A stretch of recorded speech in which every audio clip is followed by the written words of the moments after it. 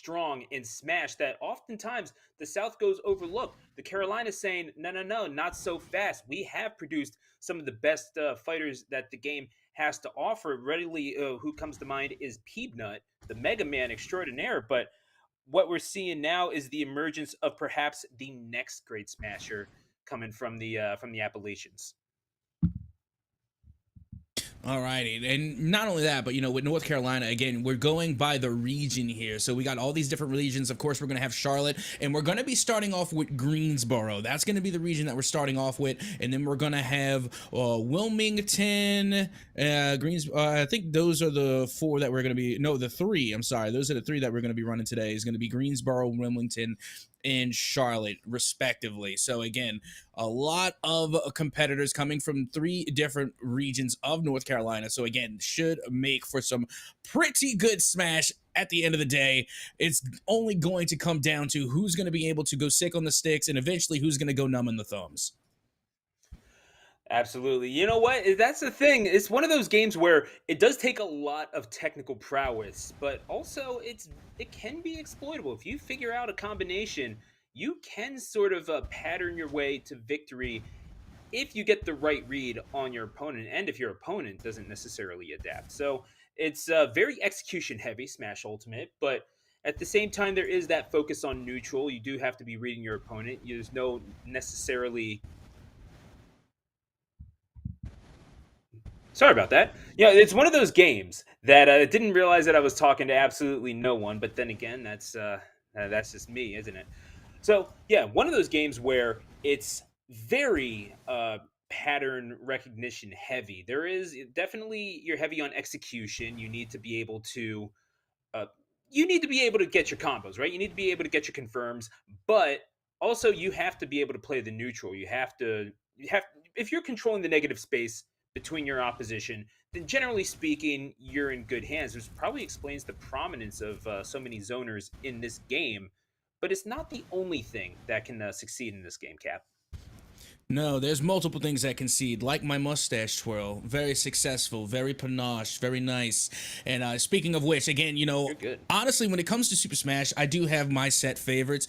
Oh God, I love the sorties. Okay, so when I'm looking at sorties, I want to see some Cloud. Even though they're not my number one, I've gotten so much grief from the Smash community because Cloud is not my number one sortie. I love seeing my boy Roy. Shout out to Goblin Roy, the one, the only, the GOAT, the greatest. Goblin Roy's where it's at. But also, I'm a big fan of the zoners. My favorite Smash player. Okay, I can't say my favorite Smash player. My second favorite Smash player is Apollo Kage, throwing it up with some Solid Snake. I love seeing Solid Snake. I love the zoners. It is my favorite, hands down, but my number one favorite player, because they're holding it down for my region, the Louisiana region, got to give it up to the one and only Kirby Kid on the King K Rool, the number one King K Rool in the world. Kirby Kid holding it down for Louisiana. So I also like my big heavies. So again, I just love to see some good Smash. And at the end of the day, it really does come down to the player on the other end of it. But what I'm going to be looking out for today mostly is going to be my zoners and my heavies. That's where I want to see the action come from. And it's funny that you mention that because the zoners and heavies, they're so prominent in the online game in particular. So, I mean, the zoners, they can present options where you're having to, it turns into a bullet style of game. It's almost like you're playing Toho in Smash. And especially when you're talking about characters like Samus, certainly Mega Man can do that. You have the Dark Samuses, and the amount of times that I have been circle camped by a ZSS on Wi-Fi is just absolutely insane. And really, I can't help but come back to thinking about you're talking about your zoners and your sorties. The prominence of Robin over Wi-Fi a couple of years back during the Dark Ages certainly comes to mind. You saw a lot of Robins in top eights where you don't get that now. There's not really a whole lot of Robin players in the offline realm.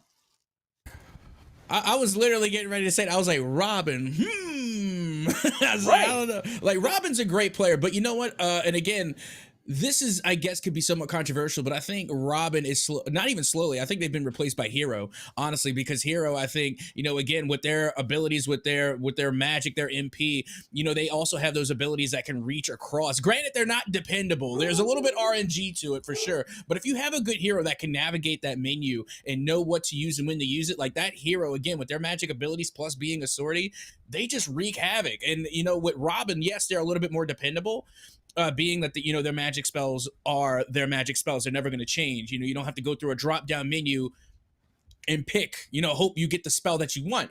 But, with that being said, like you said, in an online game, it's just a little bit harder to really pinpoint those moves if you are Robin. And not to mention, I also have other preferences. Palutena, again, is another preference that I would have over Robin. Again, the fireballs just go absolutely zany. Palutena, I've been seeing a lot of her as well.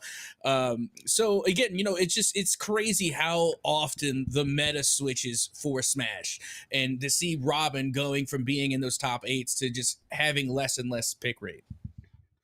Yeah, I mean, the thing is, though, we could see it come back online. Is the whole thing? It's just one of those characters that doesn't translate to offline play. A lot of Robin stuff, very good when you have a little bit of a because it's online. There's going to be a little bit of a delay, but there's offline. It's a little bit more reactable. So you're going to see, I think, a lot of people trying to exploit the nature of online, which is why you might see, your Samuses, your projectile characters. Rob especially is one of those characters that you can succeed both online and off with this thing. And Rob, alongside Palutena, probably the characters that have most defined the top tier meta throughout the game's life cycle, as you mentioned, because they're able to control the negative space. And if you're able to dictate neutral from a large enough distance, you can do just about anything. I kind of am curious to see how the younger generation views Smash and how they plan to implement their game plan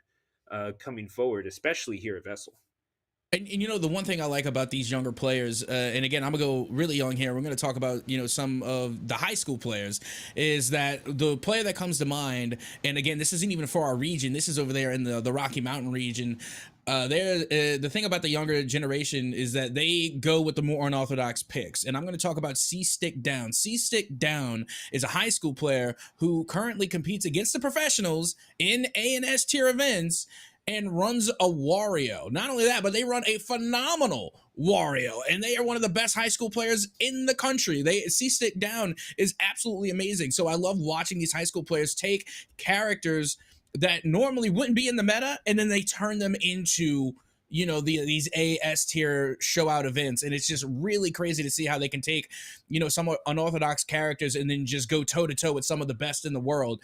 And I love to see it. Not to mention, this is completely off the table, but one pick rate I have seen increase, success and non-success thrown to the wind, is Piranha Plant. Not saying that Piranha Plant is like a new upcoming pick. They're definitely, I don't think they are, but it's definitely fun to see. I love watching some Piranha Plant every now and again. Yeah, it's funny because those are unorthodox picks, yes, but also there is precedent for them seeing success. Where you have Wario, the one of the top players in the world, definitely the top in Europe. Gluttony is probably the best Wario in the world, and even before that, people kind of forget that Tweak mained Wario near the start of this game's life cycle and has won majors with it. So we know that that character has the capability, and even Brood over in Japan has had success with Piranha Plant. Just it's remarkable the variety of play styles that you can see is certainly cool, and we might be able to see a microcosm of that here at VESL. That's going to be on the other side. We are going to send it to break real fast. Don't go away. You're watching Smash here on VESL.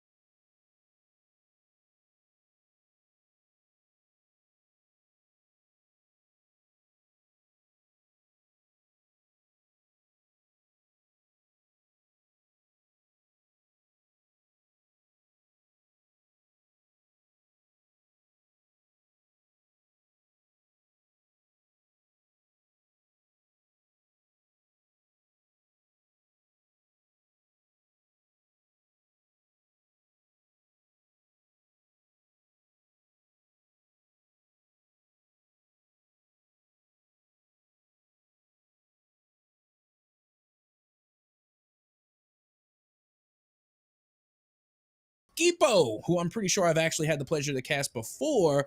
They're going to be coming from Butler High, and if my intelligence is correct, which it hardly ever is, they should be maining Corrin going into this next matchup. So again, it's going to be interesting to see what type of counter pick to expect from Phantom Zeno to counter that Corrin. Should be interesting. Certainly not a lack of, I wouldn't say necessarily a quantity of Corrin play to take notes from, but certainly a lot of quality given the prominence of Shattuck in recent weeks. As we are going to get things going here, Mupkipo and Phantom Zeno. Zeno going up with the Inkling, an interesting choice, one that's kind of steadily gone down the tier list, but still a very viable choice as long as you're not getting caught by the F smash. Mupkipo, my goodness. Oh, absolutely. And, I was actually thinking that myself is that, the Inkling pick, I can actually dig it. I don't mind the Inkling at all. But against a Corrin now, I don't know. Corrin just has that range. And with Inkling, you really got to get in to deal that paint damage just so that way you can get them painted up and get that extra bonus damage. But if you can't close the gap on Corrin, you're not going to be doing much with the Inkling. There we go. Got the sound up. Go ahead and crank in. One of those things that people liked about Inkling at first, especially early on in the meta of top tier play, was the fact that Inkling had so many options to range as well as that forward air, which is basically what Diddy Kong was in Smash 4. But Mupkipo, not regarding any of that. Hey, you know what's about the same from the prior game is my pin, and I'm gonna stick it right inside you for a 2-stock lead. And again, they're playing phenomenally right now, as they've only given up 63% damage. And, Corrin, don't get me wrong, they're not the heaviest character, so it doesn't take much to, send them into the blast zone. But again, it's all about getting that range down with Inkling. You've got to get in close. You've got to start applying the paint, or you're not going to be able to get the kickback. Meanwhile, Corrin still wreaking havoc. And now here comes the forward throw. Not going to be enough to confirm, but still getting that extra damage, pushing Inkling now into the blast zone with the back air. That's going to be game number 1 going the way of Corrin to start things off. Wow, catch a body Mup. That is unreal stuff we've seen. And yeah, just exploiting the big old hitboxes that Corrin is able to allow you. That back air especially, we saw it covers so much range and so many options that you're really forced, if you are that Inkling, to have to jump. And you got to think that that's something that Mup is conditioning, especially as we go to game number 2. You're not going to have as many safe havens against the Corrin, especially if you're trying to be in recovery like that. All right, so question: when Corrin comes in with the back air, right? Is that was it the wings that hit? Is that where the hit registered? Is it on the bat wings? It is indeed on the bat wings as he puts them. So yeah, it's a large move, and it hits quite hard. And you got to think, like, this is one of those nightmare matchups for Inkling, because this is a character that if you are not able to hit your confirms, you're really getting hit hard, because this is a character that suffers from very acute, what we call marthritis, where you are not able to get these KOs as easily as you would. The straight hit KO power just does not exist for this character, but Corrin has it in abundance. Again, with the wings, the bat signal is out, and Mup answers it. You know what's so funny is that you don't even need to have previously have heard the term marthritis, and you immediately know exactly what it is. Oh yeah, yeah. You don't even have to have base knowledge of the term, but already know exactly what you mean, and I love it. And again, that back air from Corrin is so dangerous, because again, she's been landing these up tilts and these forward tilts. Look, there it is again, another beautiful up tilt. It lands, it deals the damage, but again, you have to watch out for that back air, and I think that's what Inkling right now, or Phantom Zeno, they're watching out for the back air, but I think they're trying to pay too much attention for it, and it's leaving them open for a lot of these tilt moves. And that's a shame, because PX kind of has an idea of what to do, but you know that you need to get these grabs and the confirms into up air, but Mup knows to look out for that, and is just going to keep on doing it, absolutely tormenting him with a string of up airs and fairs. Mup is looking for blood and may very well get it. A down throw to send PX up into the air. Up airs, looking for the up B to finish it with style, will not find it there. But again, just jumping out of range of whatever PX might be able to throw at him. And we're not even in triple digits, but Mupp is going to put it away to the tune of 6 stocks. Goodness gracious, Mupp is on fire. Yep, that they are. And you know what? I even told you before this is like, I remember the name Mupkipo. That I don't know from where or for why, but there's a reason that name stuck with me. And again, this gameplay, probably the reason. They played phenomenally without a doubt from start to finish. I mean, they 2-stocked the first game and it was like, no, I can do better than that. So they came through with the 3-stock in the second game. And again, just a phenomenal start here for them, taking a very confident 2-0 win in the series. Yeah, and that's the thing. You said that you remembered the name Mupkeepo, and now I don't think that's a name I'm going to forget. That is a Corrin to look out for and to be feared. And the thing is, for PX, the game plan was just a little bit too linear. I feel like you knew what they were trying to go for, and certainly no disrespect to the level of, at the very least, competence that PX was displaying, but also just a little tough to be able to implement that when Corrin is able to so easily jump out of everything. Yes, it's a fast faller. You can be combo food for those sorts of things, but the confirms simply were not there. And as soon as you saw that roller getting parried, he's starting fishing for that side B, you kind of had a feeling it was over. Oh, absolutely. And you know what? I really love the back airs that we saw coming from Corrin, just because again, the back air seems to be like the major finisher in a lot of these instances. And I got to tell you, you know what my favorite back airs are? It's going to be the Mario and Luigi drop kicks. To me, there's just something about getting hit with the Tims. Oh my goodness. Or rather, getting hit with the, catch them not claws, Tims. bro. Yoshi has the Tims. Yoshi has the Tims. Mario and Luigi, they got the I can't even remember the name of it. But regardless, you're getting two heels to the face, no matter which way you look at it. But with that being said, I think we are ready to send to a break right about now. How are you feeling about that, Stu? I mean, how am I feeling about that? I think you should be asking Mupp. They got to be feeling amazing, and waiting for that next challenger might take a little bit, but only because we don't know what constitutes a challenge for Mupp. We may well find out going forward, and so will you. Coming up next here at VESL.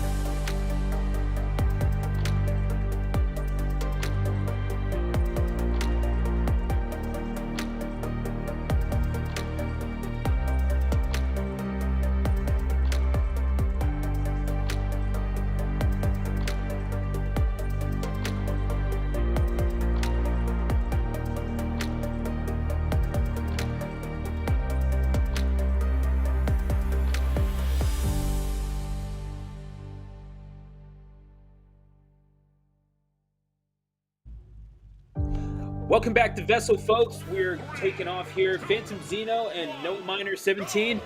Starting off at Battlefield here, King DDD, interestingly enough, making their stream debut here on VESL. And the D3, interesting pick, especially online, because you're talking about zoning capabilities. Certainly have that KO potential, Captain. Well, hold the phone. This could be a button check, no, but it does look like maybe Scout Shark is back in it, or rather, I'm sorry, a Noah Miner getting back into it now, trying to take the damage onto King DDD. And again, you know, honestly, I'm not the biggest fan of King DDD. Not to say that they're not a great player. I just find the character itself very annoying. Oh, completely understood. And I think that we're... Oh, there you go. That's going to be the stop taken off the board for, I believe that is Phantom Zeno. But the inkling from the last match that we casted. But Noah Miner, this is in fact them on the DDD. Not doing too bad. Oh my god. Up B spam. That's where we're at now. Okay, bud. But then again, if it's an option that's working and PX isn't challenging it, then that's something that isn't necessarily on Noah to fix, as eventually it will be punished. The burial into the F smash to get the KO. Oh, absolutely. I mean, if I am an inkling going up against a DDD, you had best believe I'm doing everything in my power to get them eliminated, just because the King DDD already annoys me so much. I mean, I'm not gonna take any slack for cheesing if I have to, especially against a DDD of all people. Oh, come on now, you're gonna kamikaze me, you're gonna kamikaze dive me off the stage, off the platform. Then yes, you know what, DDD can get all the smoke, all the work if they're gonna pull off moves like that. What in the world is happening here? Just, we're seeing a lot of up Bs on the platform, and eventually DDD will be brought up to near triple digits as the Splat Bomb edge guards almost coming through. PX looking to confirm this this KO, as Noah is going to be buried by the hitbox of Splat Bomb. And yeah, you did not go far enough to the left in order to make it back to the right, excuse me, as PX is going to take that victory and go up by a score of 1-0. A little bit of redemption for PX, but kind of wonder if there were enough risks to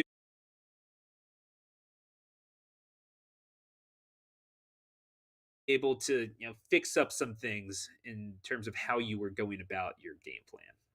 And you know, and that's the really funny thing about Inkling, is I feel like they do well against the big heavies because it's so much easier to get paint on them. It feels like, you know, they take up more space. The paint, the edge guard paint bombs, they're able to do a little bit more. And again, just being able to get DDD covered in paint consistently is what was the doom and gloom for them. And then even when they got off stage, DDD, I think they went for that down spike just maybe one too many times. And it was 2 of those out of 3 stocks that they fell off of the down spike. They fell off of their own demise. So let's see if they're going to learn from their mistakes and maybe try and use that a little bit more cautiously, as we are well and on the way here into round 2, match point going in the way. And again, we think it's Phantom Zeno, but again, the scoreboard says Noah Miner.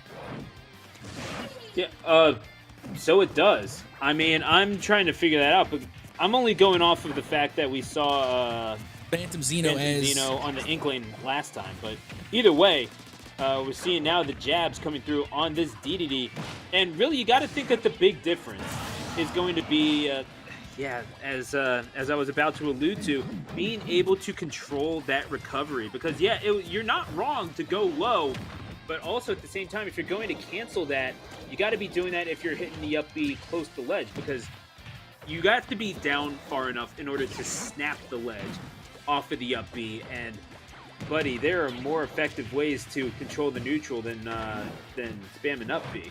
This is not a Game & Watch, man. You don't really get to do that for free.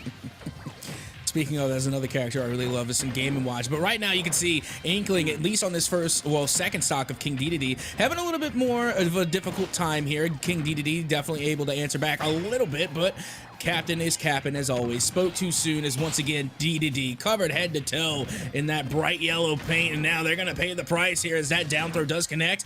And here comes a Phantom Zeno again, or rather I'm so confused now. The overlays in the scoreboard got me thrown through a loop here.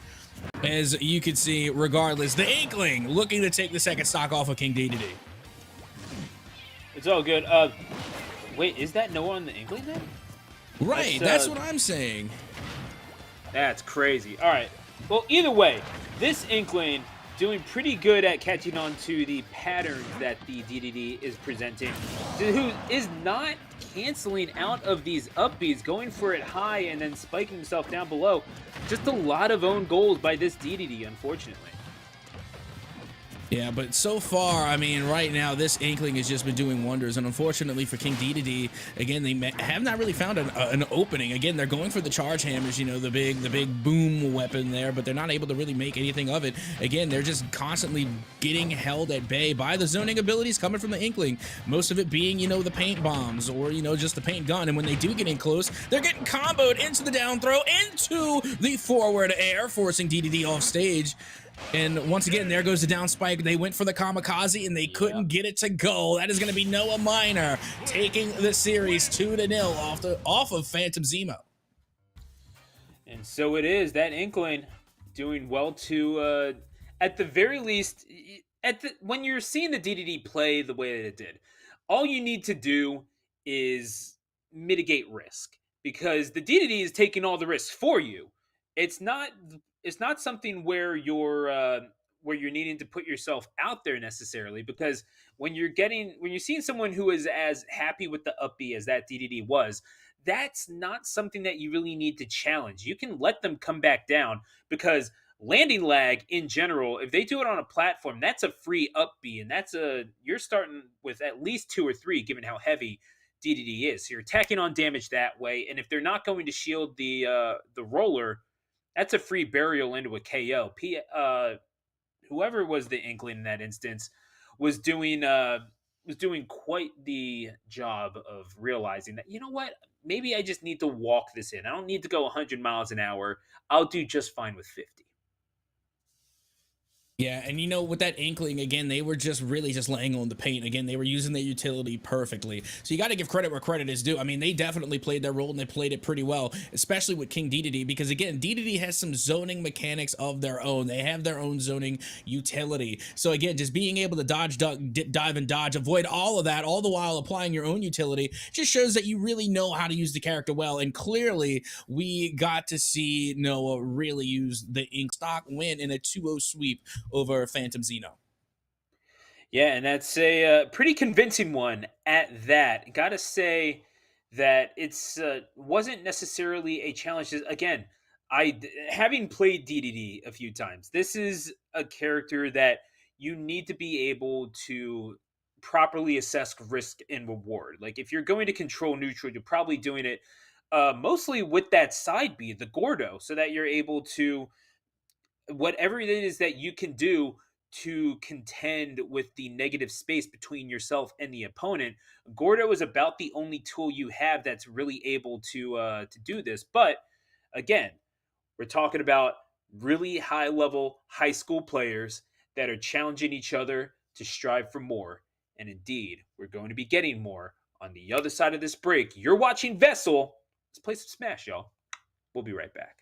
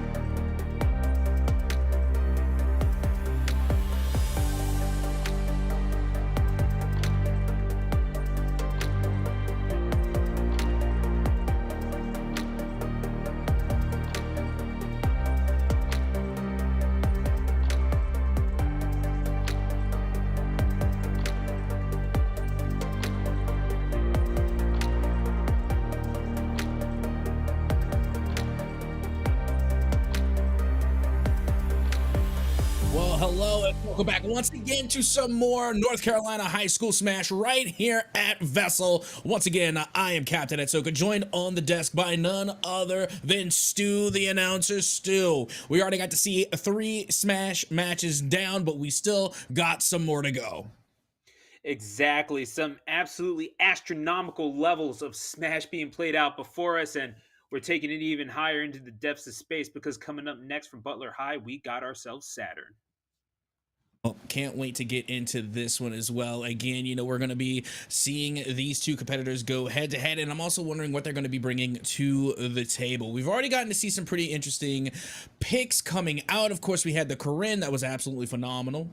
Great game, that Corin. Again, we're going to be looking out for them for sure in the future. And then we also got to see Inkling taking on a King D, which was pretty fun for the most part. That was also rather interesting. So again, I'm wondering where the picks are going to be leading us, because again, I haven't really seen any traditional meta picks. Have yet to see, let's say, just for the sake of argument, haven't seen a Roy, haven't seen any Lynx yet, haven't seen a Cloud, haven't seen Joker, haven't seen but with that being said, I also haven't seen Byleth in quite some time for various leagues. I'm missing my Byleth action, and again, and we also got one heavy, but it was a D of all things. When it comes to heavies, I want to see me some K rules.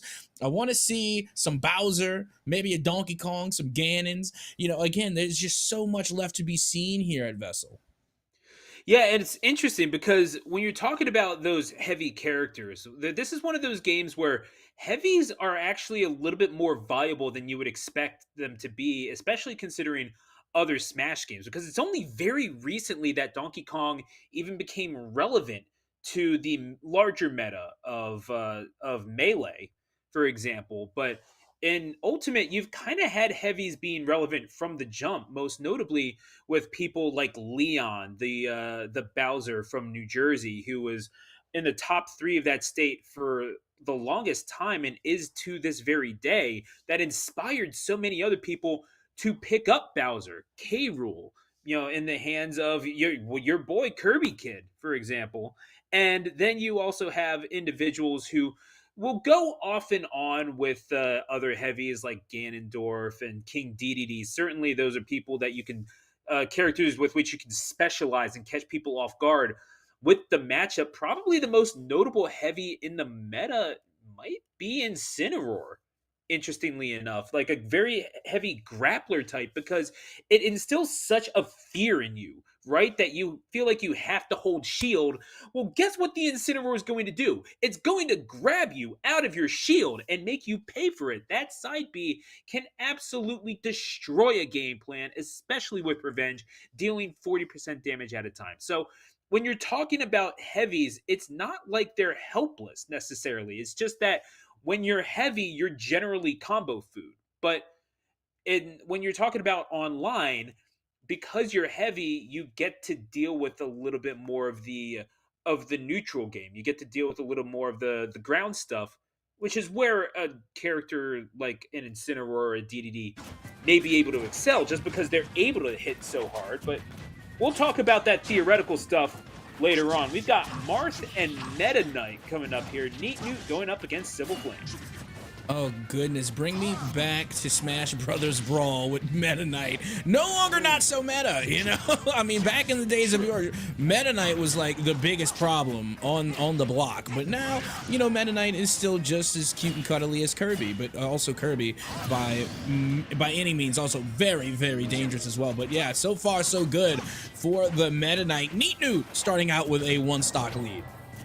Yeah, and it's interesting because Meta Knight, not exactly a character that's helpless in this game. Maybe not as meta-defining as he was in Brawl, but you still have people very dedicated to this character. I mean, you look at Southern California's PR, like 3 or 4 of them play Meta Knight. It's actually insane. And also, Bonk, a Philadelphian, shout-outs to Bonk, has been defining this character's meta, along with Abadango over in Japan, for quite some time. The whole thing, you don't really see Meta Knights because they have to work twice as hard to get half of what other characters get.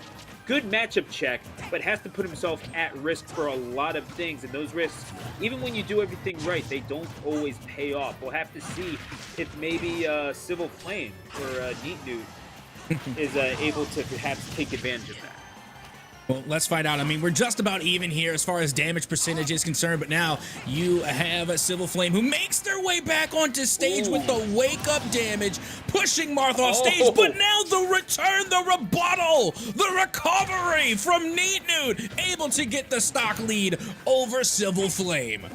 You gotta be ready on the shoulder button. That is a stage tech all day, every day. Neat, not quite there with it, but then again, it's such a hard time to be able to react to that.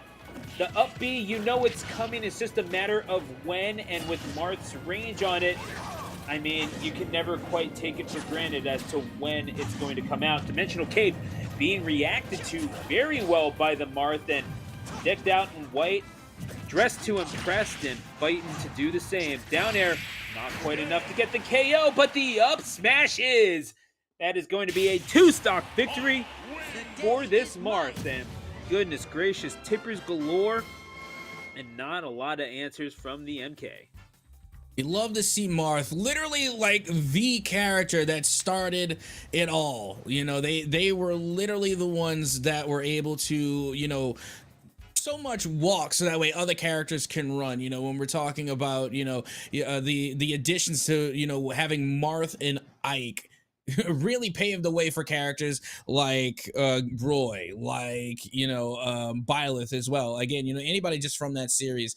Again, it all started with Marth, and you know, we're talking about how Meta Knight was like, you know, this big character in Brawl, but you got to remember Marth was there too. Marth and Ike were both there. So again, this is a classic matchup we have in our hands. Yeah, and this is one of those characters, like, back in the Melee days, this was what you would call a zoner, more or less, because he was able to keep people out with the sword, and you had to keep them at that particular space in order to most effectively tack on the damage and get those KOs with the tipper on the hitbox. Now, you see characters like Lucina with a more leveled out hitbox. There's no tippers, just straight damage all throughout the length of the blade. And Roy, who has that sweet spot up by the hilt where you're just getting in and brawling with the characters more or less. That Marth seems to kind of be not in the sight of the meta, even though you do have a certain character specialists over in Jersey that are able to do well with the Marth, just not quite as prominent as he is in other games. Yeah, and again, it's just all those characters from Fire Emblem that are just so good. And meanwhile, you have Meta Knight barely able to recover there, but they take Marth all the way down low. And much like a lot of other Fire Emblem characters, the recovery from Marth, not that great. With the exception of Byleth, Fire Emblem characters just aren't the best when it comes to recovery. Yeah, it's the thing is, you have the range, you may even well have the hitboxes there to protect you. It's just a little linear, is the whole thing. You're able to get that route read pretty easily, and if you are a character like Meta Knight, you have to know that that is perfectly exploitable, especially with how many jumps you have, with the options that you have in terms of back air, being able to sort of space things out. Yes, you're putting your body at risk, but it's nothing that you can't recover from, especially at a percentage like this. And now we're back at a 2-stock apiece after some successful maneuvering coming from Marth, and now they're going right back to the edge guard. But the recovery is there for Meta Knight, going back to center stage here. Gets the dash attack on, able to apply 16%, but still a decent damage percentage in the favor of Neat, who's able to land the back throw, trying to force Meta Knight off stage, at least towards the edge guard. And we've already seen Marth able to take stocks off just from guarding this edge, and they barely missed that charge smash, as that could have dealt a lot of damage. Could have been very troublesome, and indeed it will wind up being so for Silver Flame, as Neat, again, on the cusp of victory. It is 1 stock for this Meta Knight to make it happen. But again, just doing really well in the on the ground game is this Marth, having the ground speed to be able to get in and out, sort of like Roy, and be able to implement those grabs and the confirms out of them, most importantly, being able to tack on damage with the tip of that Dolphin Blade, as Marth is going to be taken all the way down. Easily going to be able to get back up. You were caught jumping. That's the whole thing. Jumps are frame commitments. You have to be able to assess the risk and reward. Why are you jumping there? Because if you guess wrong, you're getting a dimensional cape, and all of a sudden that lead is looking very tenuous.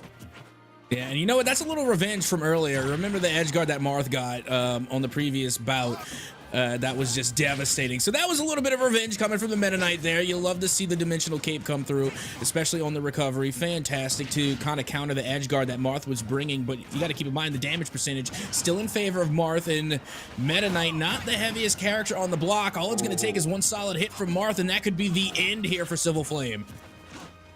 Yeah, and 106%, you got to think Marth is going to be drifting back quite a lot in order to get that tip or two connect. And indeed, you're seeing just a little bit of a dash back, line it up, and take your shot. It's going to be, I believe that was an up tilt that wound up doing it. So that's going to be Neat Newt taking it. And yeah, pretty convincing stuff from the Marth. You saw the Meta Knight, the idea of the gameplay, of the game plan was there. And this is something that you can do if you're Meta Knight, no matter what the matchup might look like. It's doable. And you have to not get predictable with your Dimensional Cape. You have to not get predictable with your drill rushes. As powerful as those options are, they can't be what you lean upon. You need to be able to get confirms off of your grabs, especially if you can get a ladder combo. You see the more prominent Meta Knights like AC, like Bonk, able to get those pretty consistently, and then you start to supplement things like Drill Rush, maybe to Ledge Guard, and certainly the Tornado to get those KOs off of the side instead of what you would usually have with the up B off top. Certainly an option still, but these are things that you need to learn as a Meta Knight. Like the specials are not necessarily there for you to maintain the neutral. They're sort of add-ons. You need to be a really good fundamental player if you're going with Meta Knight, which Civil Flame may very well be, just wasn't able to effectively implement that game plan against a real fundies character like Marth. Oh yeah, Marth at the end of the day was definitely able to find the openings and take advantage. Again, like we talked about with those hitboxes. But with that being said, that is going to wrap things up, at least for that matchup. But as we get ready to head into a quick short break, you're not going to want to go anywhere because we're going to be right back with more North Carolina Smash right here on VESL. Don't go anywhere.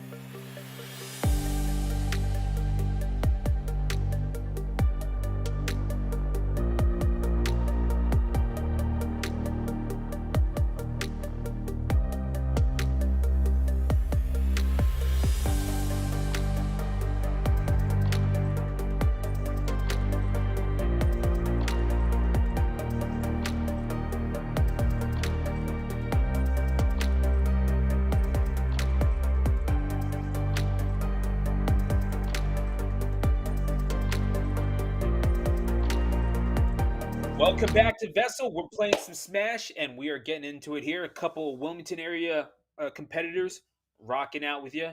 Captain A, Stu the announcer. You already know how it is. And Captain, again, a lot of competitors, a lot of contenders throughout the state of North Carolina getting into the Wilmington area. Again, not one of those areas that you really look for all that often in terms of talent, just because there's so many places with a little bit more of a concentrated population. You get to lab out a few more things. But Wilmington not being overlooked tonight, especially with the two combatants that we have coming up for you here in Daniel and Infinite Spin 8.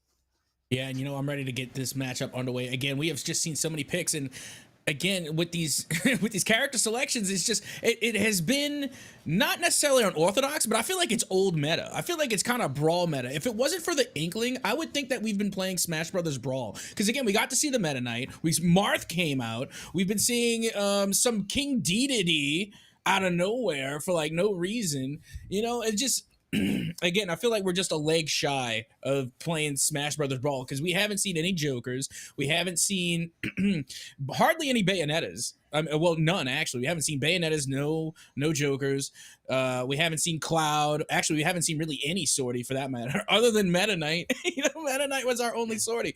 So again, the Meta Knight Marth matchup. You're right. Yeah, and then like no brawlers. Again, I haven't seen Ken. I haven't seen Kazuya, and I'm wondering, where are the typical Smash Ultimate characters at? Again, it feels like we've been playing Brawl tonight.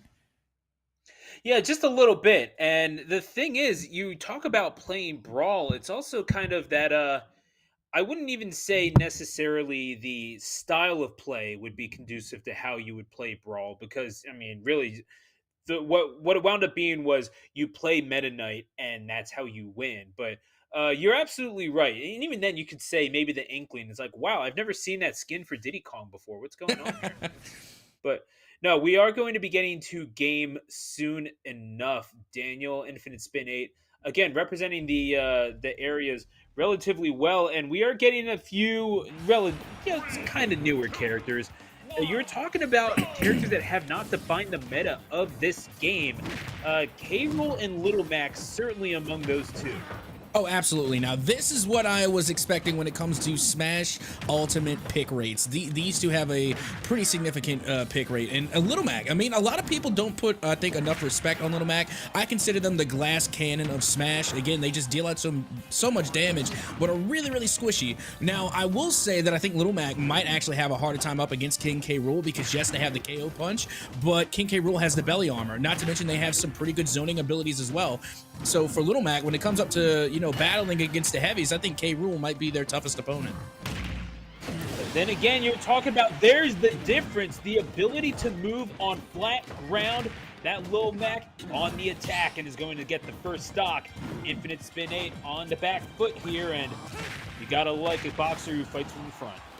Oh, absolutely. And again, this is also the speediest brawler that there is. But again, K. Rool, they have that zoning ability. They have those projectiles. They have the extra utility that can keep Little Mac at bay. And honestly, that's the biggest, that's going to be the biggest element for K. Rool, as well as that belly armor to just really try and hold off the damage from this Lil Mac. But look at the amount of damage they managed to accrue so quickly. Yeah, and not being scared away from the ledge. IS-8 not really confident in the ability to, oh wow, you're trying to attack in the face of that, and Daniel is going to take advantage of that all day, looking for the counter, but instead the command grab vacuum is going to be the play for Daniel. Now, you got to think that there's going to be something exploitable if you're K-Rool, because you do have those zoning options, certainly that cannonball being among them. But one thing that we have not seen is the crown. The teabag from IS-8, a challenge, perhaps a throw of the gauntlet. Will Daniel answer the call? I think so. That forward smash looking pretty good. Even as they were charging it, I was like, yeah, that should be just about right. Now look, here comes another one in the wake up now, coming from IS-8. They put him in the ground, but they couldn't find the forward smash after, and that's going to be all it takes. No, I got jebaited by the elimination animation. I've been jebaited. The red light lies, my friend. You guys really should have been able to tell you that beforehand. That's probably on me. But at 129%, trying to catch Little Mac's jump-ins, and that's the thing. You do have a pretty one-dimensional game plan if you're Little Mac. If you're not able to deal with it, though, you're in for a world of hurt. And K-Rool is going to have to do a little bit better in terms of their zoning options if they're going to be able to successfully negotiate the offense that this Little Mac is putting out. And then not to mention, they've been enraged for so long now that they have had plenty of opportunity to deal massive damage. And now they're finally landing some hits, but they're at 179% damage. KO punch is activated. And here comes the belly flop along with the musket. They get grappled. They get sucked in. And now, just like that, we are nearly even. But the recovery from Daniel couldn't put them back on stage. And that will be King K. Rool, Infinite Spin 8 to take round number 1. And that is the Achilles heel of Little Mac, a character that is so fast on the ground, so well versed in terms of being able to fight up close. It's a boxer. Of course they are. What do you not see boxers do? Jumping around, going for height. That is the Achilles heel of Little Mac, is the recovery. And recovery is a prerequisite to tournament success. You are not able to succeed in this game if you are not able to move defensively, if you're not able to move off of the stage. And that's one of the things that keeps Little Mac on the bottom of the tier list. That's something that if you are a Little Mac, you have to learn to account for, especially against a character that's, let's face it, a cheese lord like King K. Rool. As you saw just there, the command grab after the cannon being one of the keys to victory there is what got Daniel off the stage initially for that last stock. Yeah, but one thing that you made a note of during that matchup is something that, again, I got to shed a little light on is the crown. We didn't see a single crown get thrown, which is such a waste because that crown is really good at zoning. And again, I can kind of understand why they didn't want to go with the crown because, again, that crown kind of incentivizes someone like Little Mac to move in closer. And I think with King K. Rool, they would want to keep Little Mac more at a distance until they had to. But that crown, again, it's so useful because it has a boomerang effect. It goes out, it comes right on back in, and it can make for really clutch situations. But with that being said, Little Mac, again, you have just got to be careful around this type of character because it can literally go either way. It could be going your way at one moment of the match, and then in the blink of a KO punch, all of a sudden you're on the chopping block. So you really got to be careful because, like you had said earlier, you know, Little Mac is quick, but they're not just quick. They are the quickest and the speediest brawler in Smash. They are so dangerous enough to not necessarily go to toe-to-toe with Sonic, but at the same time, you're looking at them and you are playing that same type of playstyle, the avoidance. You want to avoid that speed. And Little Mac, again, unlike Sonic, can have that knockout potential to punish any mistake that you happen to make. Exactly. And we have seen Little Max have relative success at tournaments, has made a top 8 in the hands of Peanut, a very good player from the Maryland, Virginia area. North Carolina. Not to be confused with Peanut. Not to be confused with Peanut, the Mega Man. Absolutely good shout.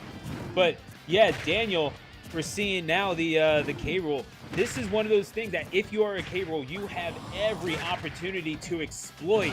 But I mean, if this boxer is putting you in the mix, you got to be able to utilize that super armor on some of your attacks in order to do something. That nair, you got to think it's going to be coming in handy as the KO punch gets wasted.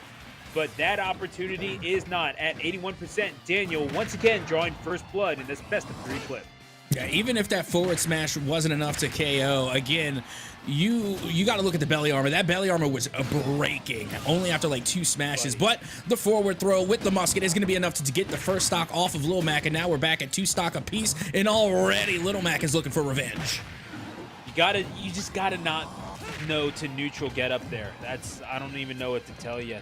It's a game of patience. Just because you're hanging on the ledge, you don't need to do anything. You can wait. That is an option. And the counter punch from Daniel is going to land, and all of a sudden it is again infinite spin at a stock deficit. We have seen him come back from this before, and that counter could very well be the key along with the cannonball. Going to make Daniel go low towards the ledge, and there, Daniel, that's the depth of Pokemon Stadium 2 as he will be taken to his last stock yet again by this K. Rool.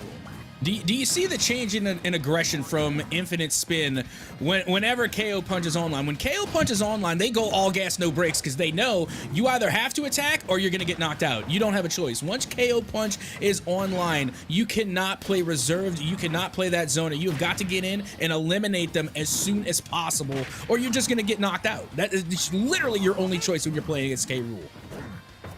Yeah, and we saw finally utilizing the crown, but looking for the hit on the backspin, trying to knock him into the range of that vacuum. Good counterpunch on the dash attack. That's the whole thing. If you're a K. Rool, you cannot telegraph these attacks.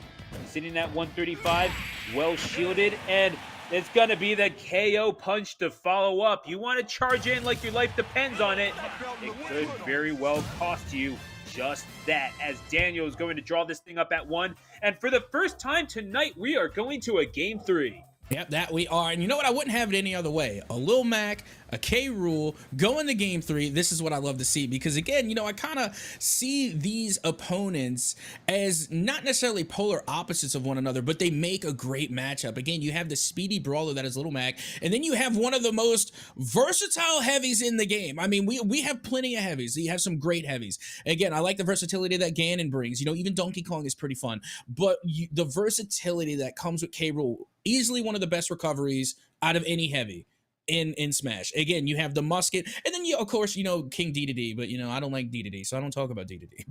But K. Rool with the crown, the musket, the grapples, I mean, everything else, the belly armor. The belly armor is probably one of the most coolest abilities on any Smash character for that matter. And we actually got to see K. Rool use it successfully at least twice so far in the series, and yet I have yet to see it break, because Lil Mac, being as strong as they are with the knockback potential, is sending K. Rool to the blast zone before the belly armor can even bust. Yeah, and that's the whole thing, is when you're a Little Mac, you know that you have the muscle to be able to contend with the K. Rool. But what does K. Rool do? It is a troll character. You are meant to frustrate your opponent. You're meant to throw him off stage. You're meant to keep him at bay with the cannonball. And if you're able to avoid that, you got that vacuum lying out there. You cannot just go charging in, and that's the whole thing. That dash attack, it's awful good, but when they're ready for it, all of a sudden that's your butt on the line, not theirs. As Daniel again gonna be able to punch him. I mean, this is just a big old reptilian punching bag at this point, and IS-8 needs to adjust, and fast. Otherwise, you're just gonna keep getting tagged either in recovery or out. And you know, and this is the hard part here, because again, you know, we're seeing IS-8 constantly going for a lot of these moves, but they're mistiming them. Again, they tried to recover with the belly armor on the wake up, but they missed the timing and they got punished. And that's what we're seeing from Little Mac right now, is that again, the punishment for any mistake is just being capitalized on. And now here comes the KO punch straight up into the blast zone. All crocodiles may go to heaven after a punch like that. And that's the thing, man. I thought it was the crocodile that was cold-blooded. Daniel showing him ice in his veins. And you have to keep that in mind. You are playing with 2.5 stocks ostensibly if you're playing against Little Mac, because that meter, it fills up awfully fast and you can get KO'd at just about any range. Doesn't matter how heavy you are, especially considering this is Pokemon Stadium. This is the shortest ceiling in the competitive rule set. You're going off the top quicker than hiccups, baby. Yeah, and that's exactly what I'm thinking. A great counter to Lil Mac would be Bayonetta, because they could take you to the ceiling no time flat, you know? But you're playing... Yeah, and what are you going to do in the air? What are you going to do against it? Yeah, exactly. And that's the shortcoming from K. Rool, because he doesn't really have a lot of controlling. Yes, there's some zoning there, but there's nothing really that can force Little Mac off stage where Little Mac is most vulnerable. And now sitting there at 146, the edge guarding potential could not get the recovery. All the resources were spent, and indeed, Daniel calling the comeback kid. A 2-1 victory, and this Little Mac, again, on the attack. We are rolling through and rolling with the punches, as it were. Absolutely. And again, you know, that was probably the best execution of Little Mac that you could see up against a heavy. Again, you really have to take advantage of opened opportunities, because unlike any other character, you got to deal a little bit of extra damage. Apparently not Daniel, because they know how to time their KO punches perfectly. But again, that glass cannon that is Little Mac is so high risk, high reward that if you leave yourself vulnerable, if you mistime a punch, you mistime a KO, you're gonna get punished and inevitably you're gonna get knocked out. But Daniel there on the Little Mac was able to use such precision to where they were able to capitalize on every single mistake their opponent was making with making few of their own mistakes. Yeah, and we did see at the beginning of the game one, it was again, Daniel was very keen on setting the pace all throughout that. But again, not how you start, it's how you finish. Daniel there to answer the bell, and they will live to fight another day. IS8 with that K rule, certainly not out of it. It's just a loss that maybe is going to sting a little bit more, but got a little bit of time to ice up the wounds, wrap the fists up, and come out swinging because the bell's going to be ringing real soon after this break. Don't go away. You're watching Smash here at VESL.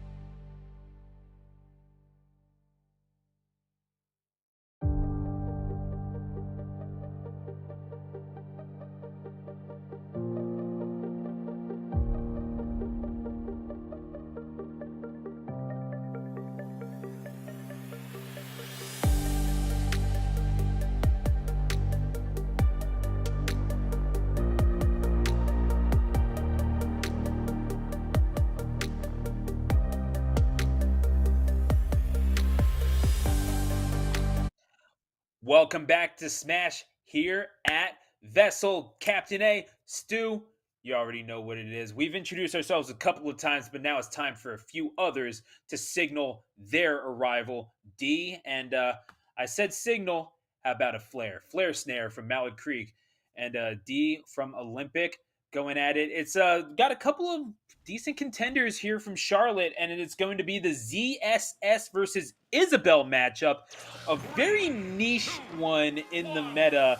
You don't quite see Isabel as often as you do ZSS, but makes you wonder, maybe the more effective character wins, or is this a matchup check that Flare Snare is going to have to learn the hard way? I mean, for the record, I absolutely love the Villager. So with that being said, I also love Isabel. So I love watching them go to work. And again, just the fact that, they are a variant of the Villager. So they have like the same key components, but with the slight differences just make it that much more fun. And again, I think Isabel is a really good character. But again, Zero Suit Samus, of course, is a namesake. That is a legacy character for sure.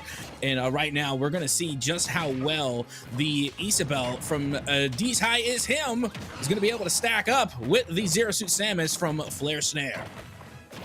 I mean, I don't want to say that this is going to be what super determines it, or what's going to determine 90% of the game, but the results could very well come down to how well either ZSS is able to utilize the Plasma Whip versus that fishing rod of Isabel. As that back throw is awfully powerful, and it will be what draws first blood here in this best of 3 clip here on Battlefield. D sitting at 74%, and again, that fishing rod is going to be useful in recovery, certainly, but if upon landing, if ZSS gets a little jump happy, you've got to think that that's going to be on the mind of D, as it certainly was there on the ledge.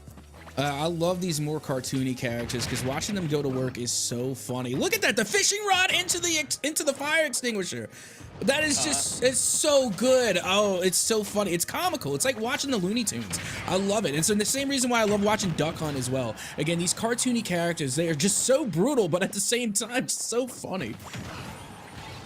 Yeah, the setups into Lloyd are certainly something, but especially the difference between Villager and Isabel being that the Lloyd being deployed by Villager works on a horizontal plane, whereas Isabel's is vertical. It's certainly a little niche. And the taunt, the wave to the camera, D, with a little bit of showmanship. That one was for you, chat, as we're going to get again.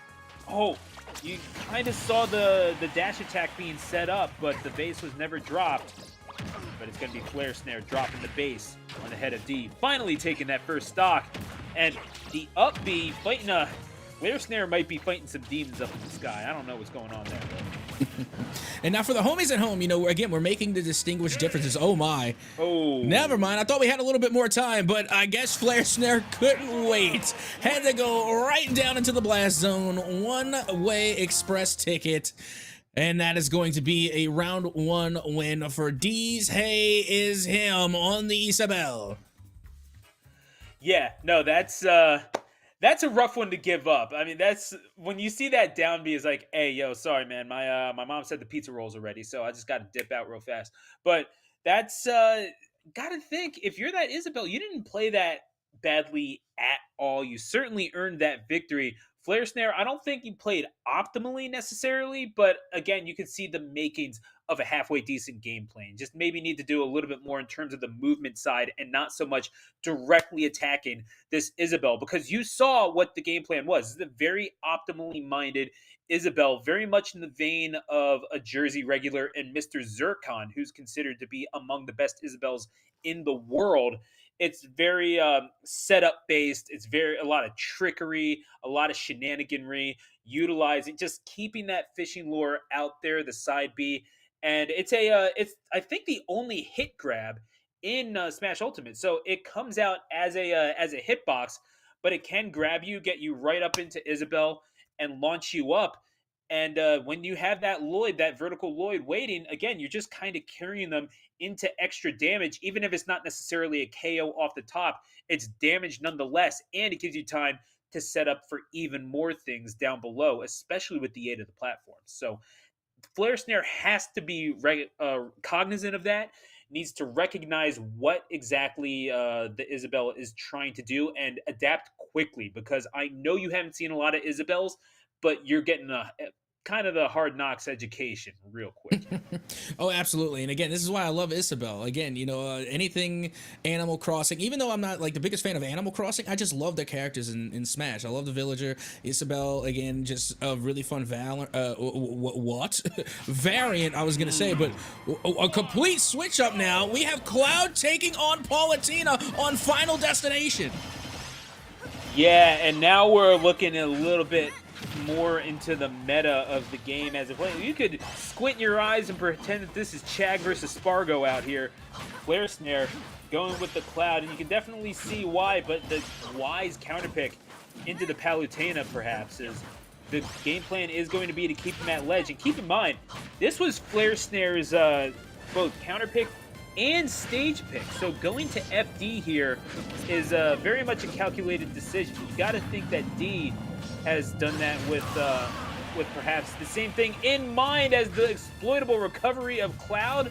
Well, you just saw that happen. It's going to be the F smash at ledge that draws first blood for D here. And, you know, this is crazy because, you know, a lot of the times in Smash competitive, you know, more often than not, whenever a player wins the first round, that is a national thing in the world, but players will stick to that character no matter what because they know it works, and they'll do it until it doesn't. What necessitated the change, I'm not exactly sure, but you got to think that maybe you know that if you're an Isabel, you don't like swords. Both Isabel and Villager struggle with swords mightily. They'd be among the best characters in the game if swords did not exist, but guess what? They do, and Clouds is awful big. Palutena, however, going to yeet the feet and get that KO off of the side. That's 2 stocks to that Flare is taken to D's one, and the teabag on the ledge, inviting the smoke. And Flare Snare I mean, probably all smoke, no fire right now. They need to get on the board and fast.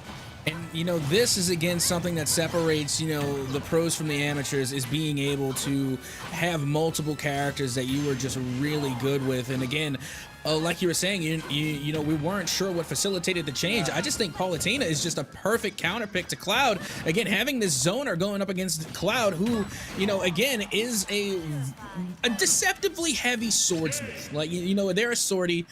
And they have to get in close to deal damage, but this time they can't even recover off stage. That's going to be the second round win in the series. Going to D's Hey is him. Yeah, D played that perfectly. And the thing about Flair, like, you have to know when to swing for the fences, and more importantly, when not to. Because the thing about swinging for home runs all the time, what do you see about home run hitters? They strike out a lot.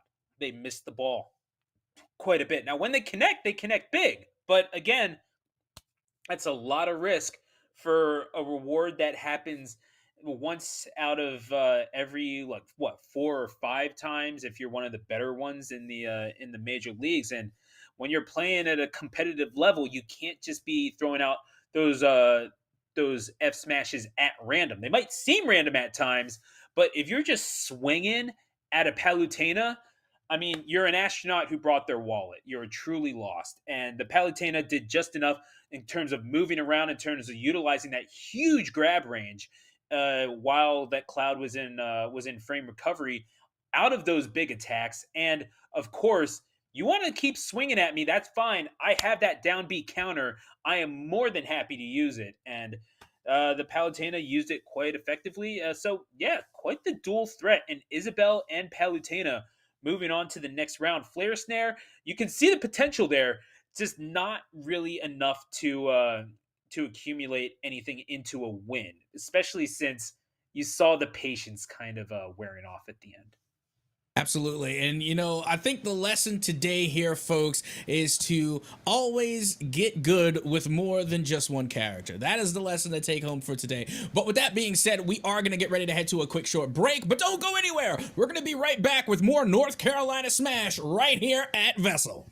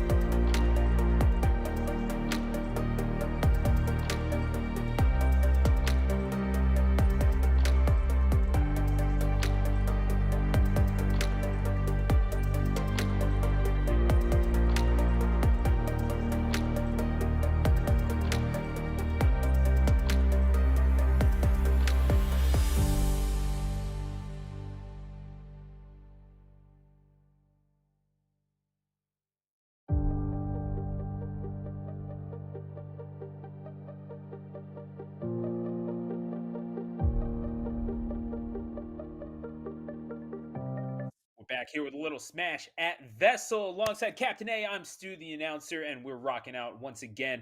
A couple of individuals from the Charlotte area coming out yet again from the big city in the NC. Very confuzzled versus lame name, just two of the names that are trying to fight it out here for supremacy in the Queen City. Yep, and then once again, we have been having ourselves a doozy of a day. Honestly, this is just day one. You know, I can't wait to get the rest of this because these games already have been pretty daggum good, if I do say so myself. I mean, we just got to see probably one of the more surprising matches. We started off with Isabel and a Zero Suit Samus. That's fun. Who doesn't like that? And then immediately into the second round, both characters switch, which as long as I've been cast a Smash, and it has been a few years now, I've never seen a double change. It's unless it's like a crew battle or something and they're going for counter picks. That's the only time. Other than that, 1v1s, I've never seen a double switch. And they double switched from Isabel and Zero Suit Samus into Cloud and Palutena, and that match went exactly how you think it would on Final Destination. Going the way of Palutena with some tactical crouches and everything else. But now we're moving into the next match, and it's going to be Ness versus Lucas. What is happening? What is happening here? Stu. Not this way. Not this way. Not like this, man. Oh, Wi-Fi Ness and Lucas is something that we probably should have seen coming, but goodness gracious, we're going to see a lot of jumping, a lot of exploitation of hitboxes. I mean, Lucas launches some of the biggest attacks in the game. Certainly when you're able to catch people with that up smash, it can be awful dangerous, and then Nair certainly an option as well. PK Freeze going to be parried by the Ness. Very confuzzled. I mean, you're playing a character who can throw out 3 different buttons at the same time if you're very confuzzled. You're not exactly hurting in terms of offensive capability. But again, it could come down to who is able to best evade their opposition, because that's a very confuzzled, realizing that that was a regrab situation, but not recognizing the up smash. Lane name was trying to tee him up, and a little bit of tactical crouching carrying on as we left off, Captain A. No, absolutely. I mean, look at this, though. Lucas already passed 100%. It's only a matter of time before the revenge stock comes in, and there it goes. We're back at two stock apiece. And, you know, and we're talking about Lucas versus Ness. This is literally, well, not literally, this is nearly a mirror matchup here, nearly.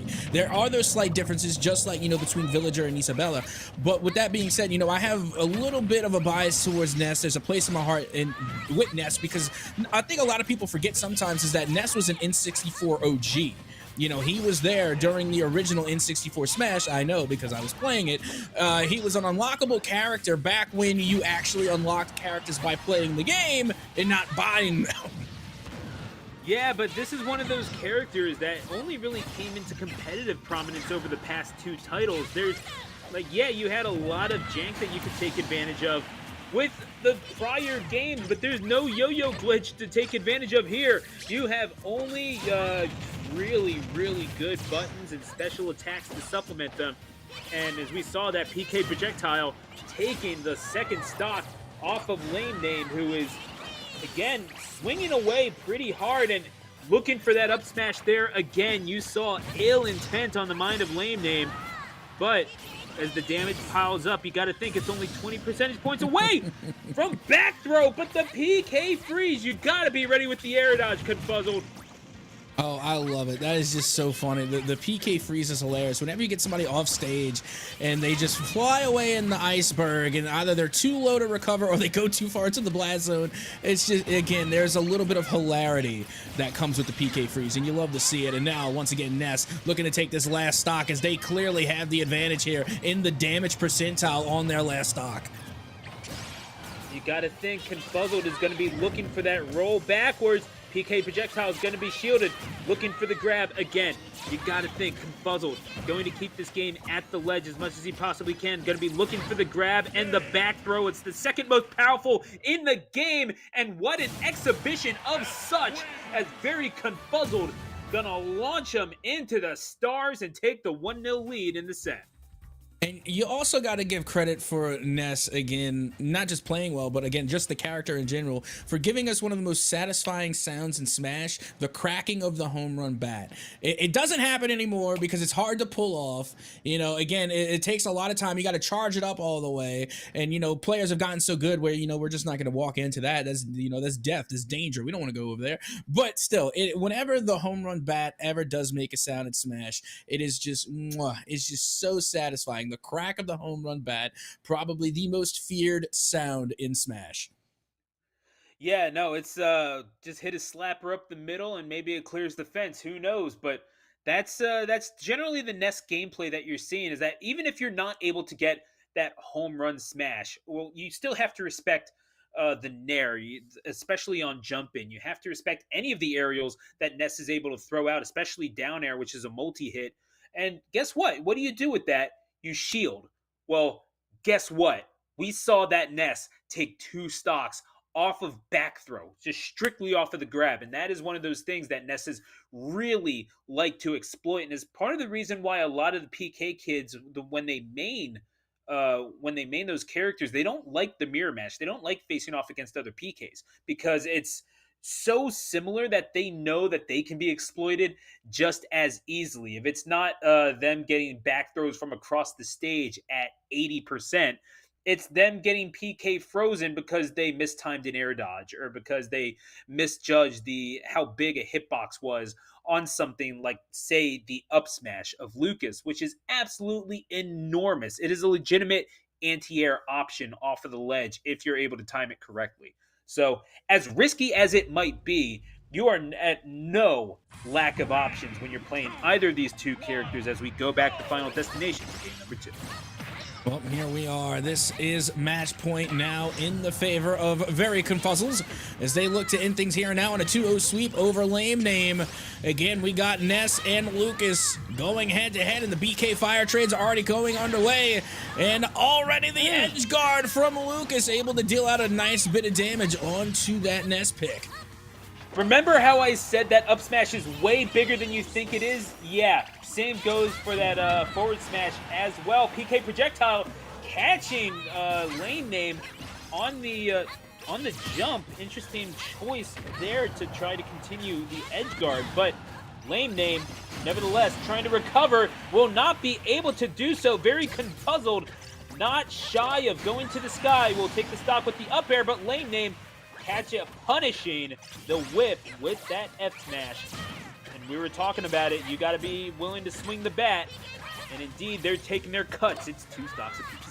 Oh yeah, we've seen the bat, and that pretty much is the bat from Lucas. It's a tree branch, but still, it's a bat. It's a bludgeonish weapon, but regardless, it has yet to be the home run bat. The bat does come out, but we have yet to hear the crack, the home run smack, and I don't think we're going to. But again, the bat still has its uses. But with that being said, right now, Very Confuzzled is looking very confuzzled as they were taking a lot of damage, and now a connection error has occurred. So I think we're all very confuzzled at this moment.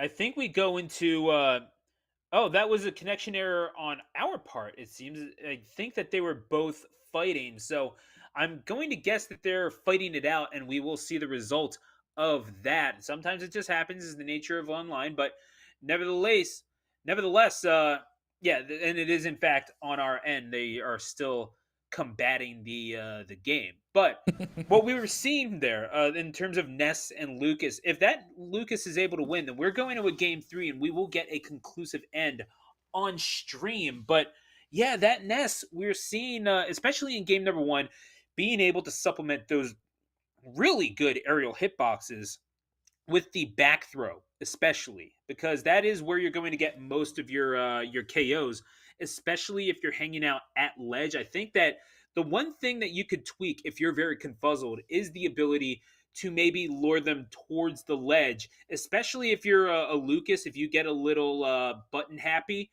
you're able to sit and shield and get that grab. Then you can get the back throw, and we do have an update here. Lane Name was able to pull it out and to take it to 1-1. Skipper, we're going to a game 3.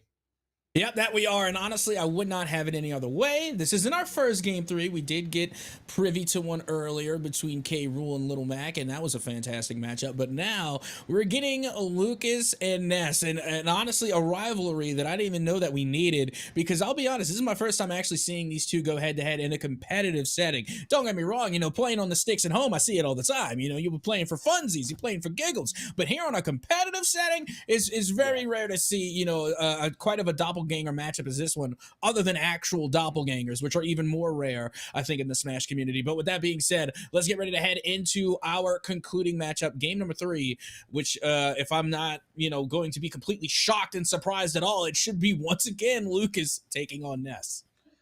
Well, way to out yourself as either a Lucas or Ness main. So there goes any chance that I'm not a Lucas. You said that you I'm see it all the actually, time. No, I'm not. You're not getting me on net play. You're not cheesing me, bro. I'm not I letting said you I do that. don't see it all the time, is what I said. And Oh, if I didn't say that, then that's what I meant to say. If that was the case, then I misspoken, because I don't see it all the time. I'm talking about when I'm at home on the sticks. Sometimes we'll do it for the funsies.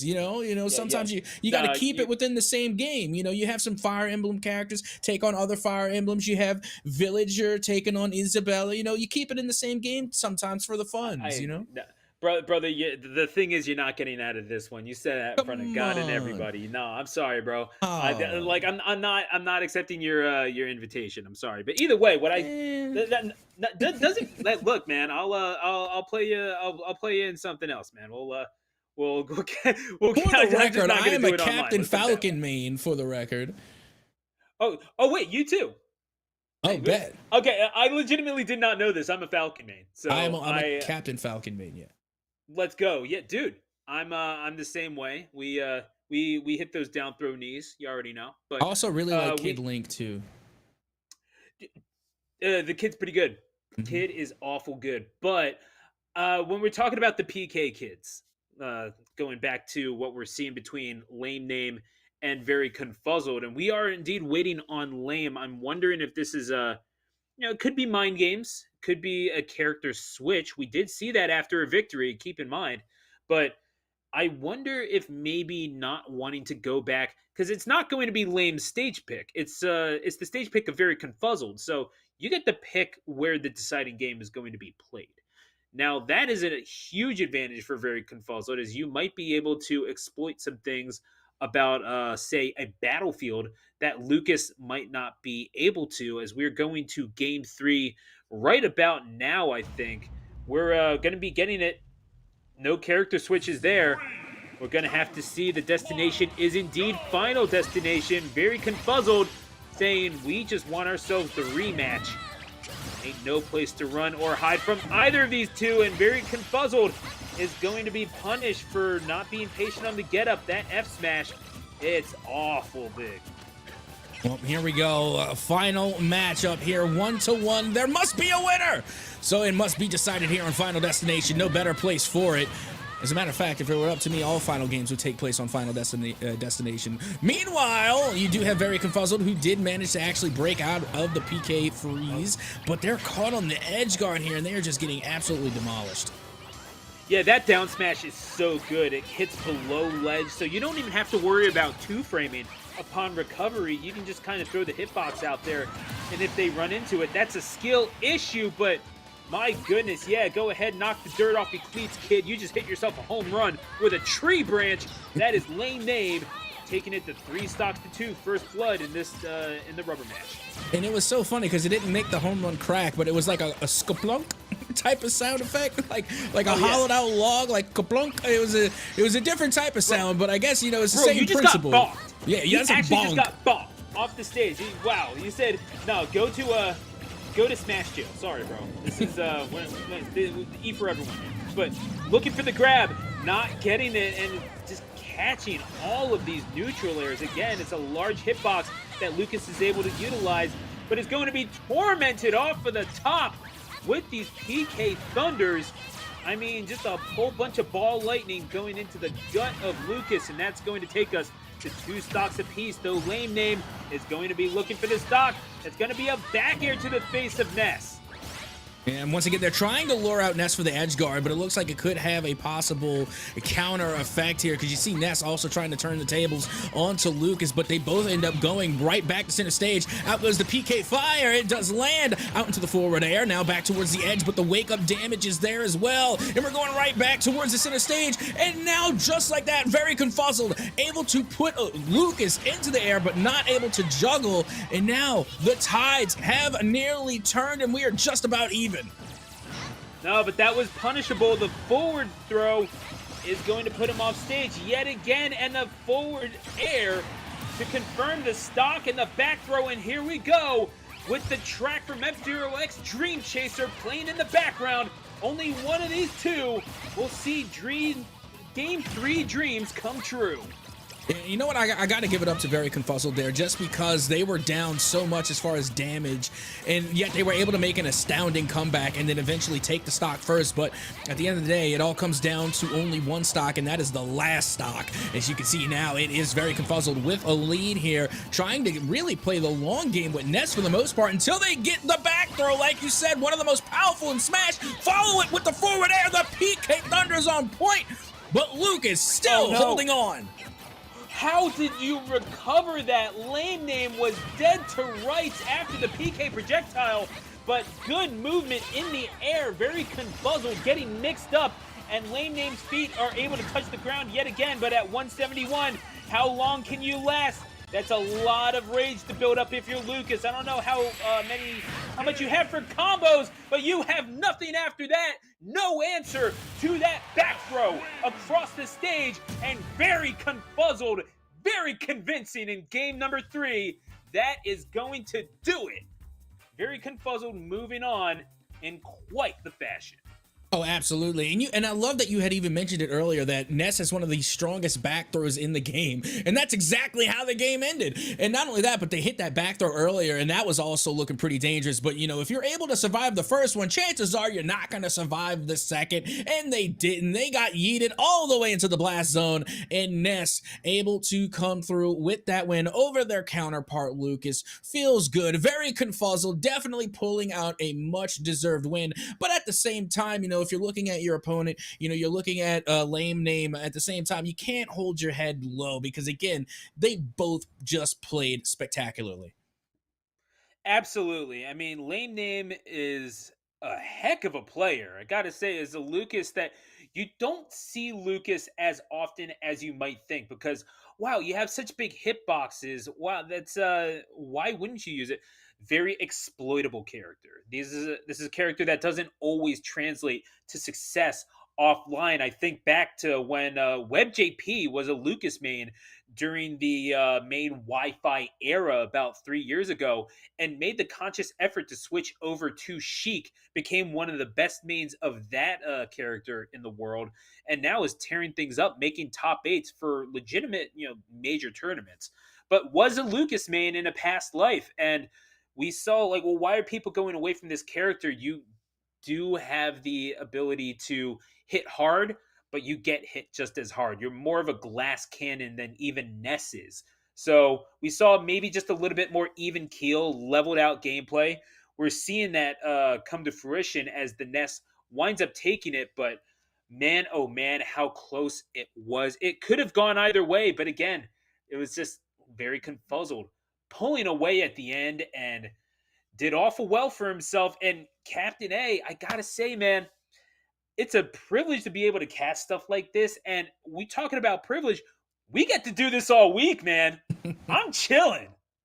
Oh, absolutely. That is 100% correct. We're going to be back tomorrow, same time, same place, right here. Don't forget, things are going to be kicking off at 6 o'clock EST right here on the same Twitch channel. And again, you're not going to want to miss it because, again, you have the likes of Stu the Announcer, one of the greatest in the game, clearly knows what they're talking about. And then you have me, just your bald-headed neighborhood friend that happens to play Smash. Other than that, I mean, what else more can you ask for? Oh, that's right. but I know what, you can ask for more Smash tomorrow. Don't forget to come in, but that is going to end things for us here today. Once again, I have been Captain Atsoka alongside Stu the announcer, and gotta give a big shout out to Reed Sloth, working the buttons, making all the magic happen. Reed Sloth, you're a homie. You know we love you, the best producer in the game. And with that, we will finally bid you adieu. We will see you tomorrow right here for more North Carolina Smash on VESL. Happy smashing.